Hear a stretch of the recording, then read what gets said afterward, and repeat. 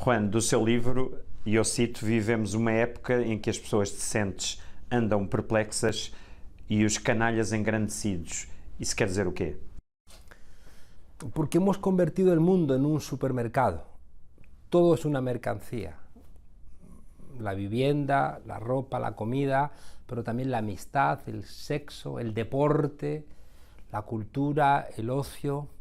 Y como todo es como en una gran tienda y todo se mide por la rentabilidad, los que tienen dinero se creen dioses, creen que pueden comprarlo todo. Y la gente normal, la gente decente, no quiere ser comprado ni tampoco quiere comprar. Y en esa pelea andamos perplejos, mientras que los demás se creen nuevos dioses y nos han transmitido el miedo, porque si ya nadie quiere comprarte, si no estás en ningún mercado, porque no eres atractivo, porque no estás delgado, porque eres pobre, porque no has estudiado chino mandarín por la noche en internet a las 5 de la madrugada, ya no eres interesante y eres un loser, eres un perdedor, mientras que los demás pueden exhibir su lujo, su riqueza, porque somos simples piezas en su gran juego. Portugal e Espanha são dois países que já viveram ditaduras formais. Esta nova forma de gerirmos a política por vetores puramente económicos não acaba por ser outra forma de ditadura? Claro, lo dice Boaventura de Sousa Santos, vivimos en sociedades formalmente democráticas pero socialmente fascistas, pero además no las vemos, porque el fascismo venía con camisas pardas y con correajes, y ahora vienen con trajes y con corbata, pero el efecto es el mismo, no hace falta arrancar la barrera en la aduana, en la frontera con Grecia, puedes mandar a los hombres de gris de la troika y devastan el país, ¿no? Lo empobrecen, lo someten, acortan la esperanza de vida, expulsan fuera del país a mucha gente y sin necesidad de pegar un solo tiro. Yo creo que tenemos que ponerle rostro a este nuevo fascismo y no debemos equivocarnos, ¿no? Es fascista, insisto, no porque ejerza la violencia de una manera clara, sino que es fascista porque nos excluye, porque nos impide tener acceso a la salud, a la educación, nos echan de la vivienda, alargan la jornada laboral, alargan la edad de jubilación, y nos precarizan en el empleo. Al final, 100 años de trabajo de las luchas obreras están desvaneciéndose y es una nueva forma de fascismo que es el fascismo financiero, ¿no? que está sometiendo a nuestros países y encima, como no tiene rostro, es muy difícil de combatir, de pelear contra él. Juan, nós estivemos a assistir, neste caso na Grécia, o governo do Syriza a apresentar um programa eleitoral em que garantia que não iria ceder a mais medidas de cortes penalizadores do eleitorado grego, acabou por se ajoelhar de alguma forma. Concorda com essa leitura? Es terrible que en la Europa de la democracia y de los derechos humanos el gran error de Tsipras fuera convocar un referéndum, porque la decisión europea de no respetar ese resultado, esa frase terrible de Schäuble, que es más la frase de un mafioso que de un político de un país democrático, cuando dijo las elecciones nos dan lo mismo, confrontó a Syriza con una realidad terrible. No estás hablando con demócratas, estás hablando con mafiosos. As pessoas também veem fantasma que é se a Bruxelas fechar a torneira financeira, nós ficamos sem dinheiro no banco. Esse é temor real. Claro, y no es Bruselas. Bruselas son los mayordomos, ¿no?, de los capitales financieros. Cuando en los 70 quiebra el modelo keynesiano del Estado social, entra el modelo neoliberal, que es un modelo de ruptura del contrato social de posguerra. Hay que privatizar los bienes públicos, hay que abrir las fronteras y tienen que desaparecer los derechos laborales, y eso nos ha convertido en personas endeudadas, y para mantener un mínimo nivel de bienestar hemos tenido que entregarnos a los bancos como particulares. Igual ocurre con los países y al final un fondo buitre, es decir, estos inversores que se están quedando con el dinero que ya no nos pagan porque nos pagan menos por nuestro trabajo, tienen la posibilidad de poner de rodillas a grandes países, no solamente a Bolivia, a Argentina, sino también a Francia, bueno, pues a España o a Italia, y por supuesto a los pequeños como Grecia o como Portugal. Son dictaduras financieras y ellos, igual que han comprado los medios de comunicación, pues compran, ¿no?, a esos mayordomos que son los partidos políticos tradicionales de nuestros países. A questão da renegociação das dívidas soberanas pode ser uma saída? O perdão parcial dessas dívidas? Porque senão a dívida ou o pagamento dos juros da dívida fica sempre dependente das vontades dos mercados puramente económicos. Não há controle humanista sobre esse valor. Todos los economistas asumen que la deuda no es pagable, ¿no? Es decir, que las deudas han adquirido un volumen que no son asumibles por los países y que nos endeuda, y buena parte de nuestro crecimiento va a pagar los intereses, ¿no? Y por tanto se quiebra lo que ha sido el proceso europeo que permitía un ascenso social, ¿no? Y en el momento en que se quiebra el ascenso social, Europa vuelve a una situación de desigualdades que en los años 30 desembocó en guerras. Yo estoy convencido de que el modelo neoliberal es un modelo que ya ha comenzado la Tercera Guerra Mundial. Pero la crisis de los refugiados es una expresión de esa Tercera Guerra Mundial. ¿Por qué no hay refugiados de Israel, ni hay refugiados de Arabia Saudí, ni hay refugiados de Qatar? Porque allí no se bombardea, ¿no? Es decir, hay refugiados de sitios donde Europa está colaborando a bombardear. Ainda citando do seu livro, refere a certa altura que sem a política seríamos uma ave que migra sozinha, sem a referência das outras aves. Qual é o perigo disso? Estamos en un mundo muy confuso, donde lo que yo llamo los marcadores de certeza que servían antes ya no sirven. La familia, la religión, las ideologías, los partidos políticos, el propio Estado-nación, todo, como dice Bauman, se hace líquido, ¿no? Ya nada es para siempre, ¿no? Ni los hijos son ya para siempre, porque pueden tener otros padres, ¿no? Entonces, en esa confusión, en esa perplejidad, parece que los que ofrecen soluciones fáciles se pueden convertir en los nuevos duces, en los nuevos los nuevos conductores, ¿no?, de nuestras realidades. Y hay una propuesta, y es que nos convirtamos todos en empresarios de nosotros mismos, es decir, que vivamos la vida como si fuéramos empresarios, donde invertimos en nosotros mismos en lucha todos contra todos, porque las empresas tienen que competir.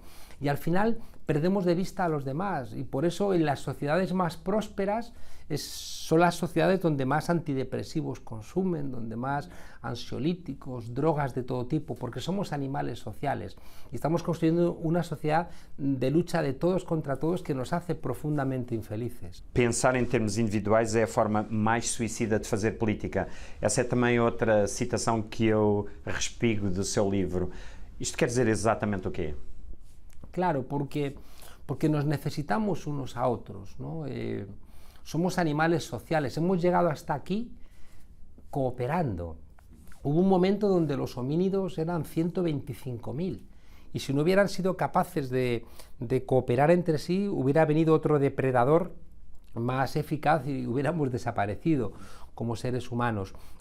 Prácticamente todo, ¿no?, en el ser humano tiene que ver con los demás. Tenemos la parte blanca del ojo, la esclerótica, más grande de la naturaleza, porque solamente con la mirada nos comunicamos, ¿no? Los niños aprenden a través de la simple mirada, nos sincronizamos, aprendemos a hablar para poder de alguna manera construir un trabajo colectivo, y nos están invitando a eso que hemos construido durante cientos de miles, durante millones de años. Están queriendo que lo olvidemos. Los chimpancés tienen estructuras muy fuertes de solidaridad y nosotros las tenemos que olvidar. Un chimpancé activa una palanca y obtiene un plátano, pero en la jaula de al lado le da una descarga eléctrica a otro chimpancé. A la tercera vez no la aplica.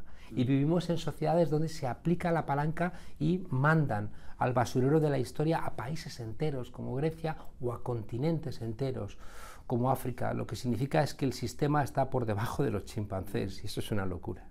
Nós vivemos nos dias de hoje numa abordagem puramente economicista das realidades e da forma de fazer política. Eu cito outra vez do seu livro, numa visão puramente estatística, as maiorias seriam o combustível dos fogões das minorias. Isto é mais do que uma abordagem puramente alegórica, não é? Claro, porque en esta estructura neoliberal, en este mundo de todos contra todos, hay un 1% que se está quedando con las riquezas del 99%, y eso distorsiona toda la sociedad, ¿no? Esa gente ya no sabe qué hacer con el dinero y lo invierte especulativamente. Por eso tenemos tantas burbujas, porque no saben qué hacer con el dinero. Tienen el dinero de todos nosotros y al final las meten en las empresas.com, las meten en la vivienda, las meten en el arte, invierten en otros países, ya no saben qué comprar y eso distorsiona la economía. Y al final lo que nos ofrecen es el sueño de poder ser como ese 1%, pero es mentira, ¿no? El 99% no puede tener lo que tiene ese 1% que tiene lo de todos. Hay que entender que esa minoría está acabando con la posibilidad de bienestar de la mayoría y que por tanto esa minoría son los enemigos de la democracia. Este quase divórcio nós assistimos na Europa a uma abstenção cada vez maior, há menos gente a votar. Eu encontrei este conceito numa possível explicação no seu livro. A democracia baseia-se na convicção de que na gente comum há possibilidades fora de comum, do seu livro também. As pessoas estão a perder essa utopia. Estamos en una pelea, en una tensión. En este momento estamos hablando en las elecciones que tiene ahora Portugal, en las elecciones que tenemos en unos meses en España, en las elecciones en Grecia, justo en este momento en el debate con los refugiados, estamos discutiendo qué tipo de Europa queremos y podemos caer en una latinoamericanización de Europa y regresar a los años 50, a los años 60, incluso al siglo pasado, ¿no? O podemos entender que hay unos retos que tenemos que enfrentar entre todos, los retos medioambientales, los retos del fin del trabajo, porque el desarrollo tecnológico no hace trabajo para todos, los retos de las propias migraciones, ¿no? Todos esos nuevos retos se tienen que discutir a través de debates ciudadanos. Necesita Europa tener realmente un debate constituyente, ¿no? donde debatamos entre todos cómo queremos convivir, qué relaciones queremos tener con nosotros, a qué edad queremos jubilarnos, qué relación queremos tener con otros países, cómo entendemos la democracia. Pero para eso hay que confiar en la gente. No hace falta que haya una vanguardia que nos diga cómo son las cosas y por eso la gente no confía en los partidos políticos, porque los partidos políticos están muy alejados, ¿no? Hay que bajar a una discusión de base y los partidos políticos, y aquí en Portugal debieran hacerlo, debieran convocar a procesos constituyentes. Yo no entiendo por qué en estas elecciones en Portugal no aparece esa idea como un elemento central, porque Portugal, si quiere tener un espacio en Europa, tiene que repensar qué relación quiere con Europa, y eso no basta con la Constitución existente porque hay que repensar cosas que son novedosas. En cambio, los partidos políticos no se atreven a proponer estos cambios porque a lo mejor pierden votos, porque está funcionando una lógica de delegar la política, ¿no? Igual que compramos en las tiendas, compramos en la política, y yo creo que hay que confiar en el recurso menos utilizado, que es la gente. O Juan é dos membros fundadores do Podemos e é dos seus ideólogos. Nas próximas eleições em Espanha, o que é que este partido irá trazer para a mesa eleitoral? Podemos nace de un movimiento ciudadano, que es el movimiento de los indignados, ¿no? Que tuvo también aquí, ¿no? Sus expresiones. Recuerdo que se elise la Troika, ¿no? Y otros procesos, pero la diferencia está en que esos procesos, que eran procesos de confrontación, que no eran respuestas, sino que eran preguntas al sistema, luego hay que convertirlos en la posibilidad de articular respuestas, ¿no? Y es lo que hizo Podemos, ¿no? De esa gran discusión que fue el movimiento de los indignados, se extrajo la posibilidad de construir un partido diferente, un partido que tuviera un vector representativo, electoral, mediático, pero también un vector participativo, deliberativo, horizontal de discusión, ¿no? Y siempre manteniendo ese equilibrio entre los dos polos, con un proceso constituyente que proponemos a la ciudadanía. La ciudadanía tiene que asumir ideas como, ya digo, el decrecimiento, tiene que asumir ideas como confrontar la lucha contra los poderes financieros, tenemos que repartir el empleo, tenemos que pensar en términos de una renta básica. Ya no podemos ser ciudadanos trabajando porque no hay trabajo para todos. Hay que hacer una renta básica y eso implica al mismo tiempo una nueva concepción de los impuestos. No pueden ser impuestos, como está ocurriendo también en Portugal, que pagan las mayorías cuando los ricos no pagan impuestos, cuando las grandes empresas no pagan impuestos, ¿no? Tenemos que recuperar la posibilidad de la democracia en Europa, que la hemos perdido, ¿no?